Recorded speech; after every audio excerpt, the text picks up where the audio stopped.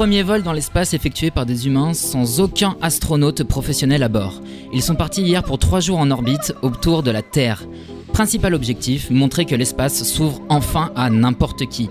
On va avoir des touristes dans l'espace. Et qui dit touriste dans l'espace dit aussi beauf de l'espace. Chaussettes, tongs, bob, critiques borderline. Décidément, ces martiens, ça fait plaisir de les faire travailler. Ils sentent mauvais et ils sont pas foutus de parler français, mais ils ont leurs 2 cœurs sur la main. Mais c'est maintenant qu'il faut partir dans l'espace, avant que ce soit trop connu. Aujourd'hui, gros avantage dans l'espace. Il y a de l'espace. Ouais, oui. Ça porte super bien son nom. À la NASA, ils ont bien bossé. Entre 2 caravanes, t'as quoi ? 10-20 millions de kilomètres, en gros. Vous pouvez faire cuire des merguez avant que l'odeur embête les voisins. Il y aura quand même un petit moment. En vrai, dans la navette, ils sont partis avec un peu de matos pour faire genre on y va pour la science, mais ils ne peuvent pas faire grand chose vu qu'ils sont pas astronautes professionnels. Des menottes au cas où l'un des 4 pète les plombs parce qu'ils sont pas astronautes professionnels. Et 30 kilos de houblon. C'est pas une blague, c'est pas une blague. Ils ont emmené 30 kilos de houblon pour, en revenant, pouvoir faire de la bière goût espace. Trop bien. Ça m'étonnerait que le houblon il fasse une sortie extravéhiculaire, ou alors je vais commencer à vraiment être jaloux. C'est pas une bière goût espace, c'est une bière goût capsule spatiale. Mais c'est quoi l'odeur dans une capsule spatiale ? 4 personnes pendant plusieurs jours dans un espace confiné avec de sérieuses variations de pression. Vous avez déjà dormi une nuit dans un refuge en montagne ? Oui. Ça sent le paix. En gros, tu vas pour la nature et toute la nuit, ça sent le paix. C'est une bonne idée ? À bord de la navette, 4 civils tout à fait lambda. Le capitaine de la mission, c'est Jared Isaacman, 38 ans, milliardaire, comme n'importe qui. Il a financé toute la mission. Ensuite, on a une professeure de sciences qui avait déjà failli devenir astronaute, comme n'importe qui. Une assistante médicale rescapée d'un cancer, comme n'importe qui. Et enfin, un ancien de l'armée américaine qui était en Irak, époque, on redécore tout au lance-grenades.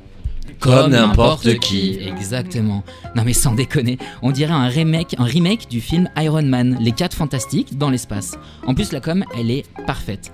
Jared, il veut profiter de la mission pour lever des fonds pour un hôpital. Ça c'est plutôt cool. Oui. Mais attendez, les 4 là, ils représentent aussi chacun une valeur. La prof, elle représente la prospérité. Très bien. L'assistante médicale qui bosse aussi dans cet hôpital, tiens, rescapée d'un cancer, donc elle représente l'espoir. Parfait. Là, ça se complique un petit peu. Le militaire, il représente la guerre. La générosité. Tiens, voilà mon lance-grenade, chaton. Mais c'est ça la générosité de quoi ? D'envoyer des balles, des grenades, je comprends pas bien. Mais non, mais c'est parce qu'en fait, il a fait un énorme don financier à l'hôpital.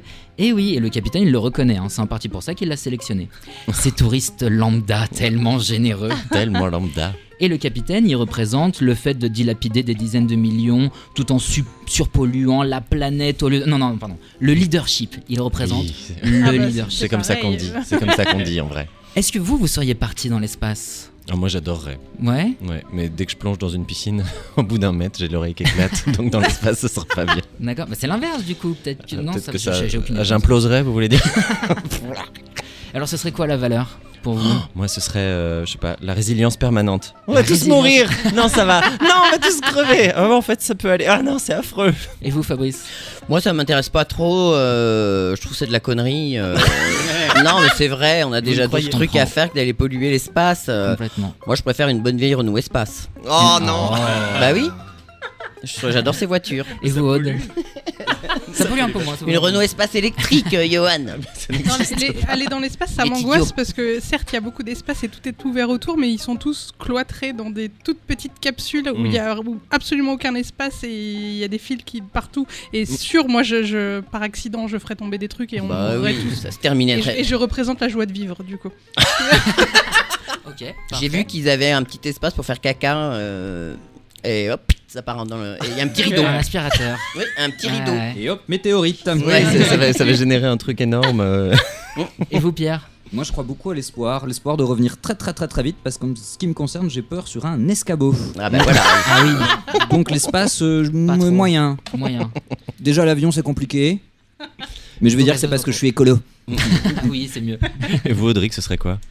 La volonté de découvrir mon prochain et de me recentrer sur... Non, j'en sais rien. Je pense que c'est vraiment l'angoisse de se retrouver à 4 dans une boîte de sardines. Un projet nul. Bon, on partira tous les 5 dans l'espace.